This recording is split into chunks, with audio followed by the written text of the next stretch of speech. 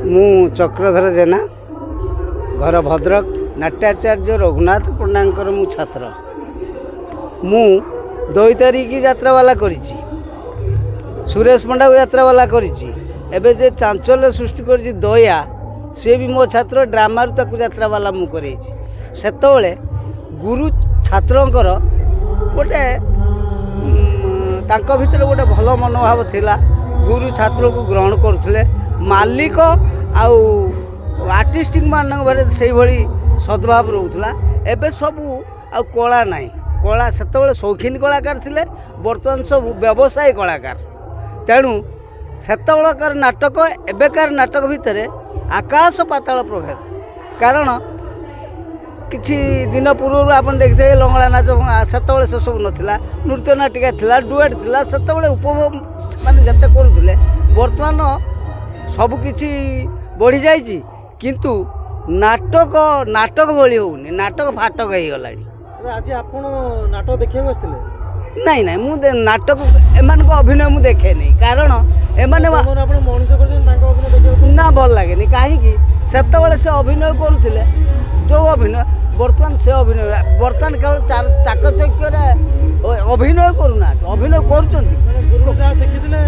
से सब खाई दे सारे आउ नाही केवल दर्शक कहले पूरा नंगला नाच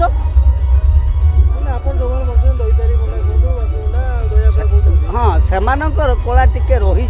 से तो व्यवसाय हो गल ना से आम व्यावसायिक कलाकार बर्तमान आम शौकीन ना सम्मान समस्ते दिखती एवं से डाकती भल भल स्टेज को आपणकर रास पूर्णिमा यात्रा हरिपुर हुए से डाकती सार आस आठिक डाकिले 2 तारीख आग फेजरे भी आसती दया डाकी आम बसीगलु बुढ़ा हो गलु आ कौन आ नाटक देखु केवल से प्रति गोटे स्नेह श्रद्धा रही आम मानकर सहित गोटे से प्रेम अन्य माने नुहति बर्तमान जो कलाकार मैंने बाहर यही क्या तो खातिर करूना छाड़ से कथा कह से नाटक गोटे जो 4 रस नाटक थिला सेटा एबेकार आउ नाही नाट्याचार्य रघुनाथ आपण मैंने कहतु नाट्याचार्य रघुनाथ पंडा मले 30-40 वर्ष भितर बहुत राइटर आसिले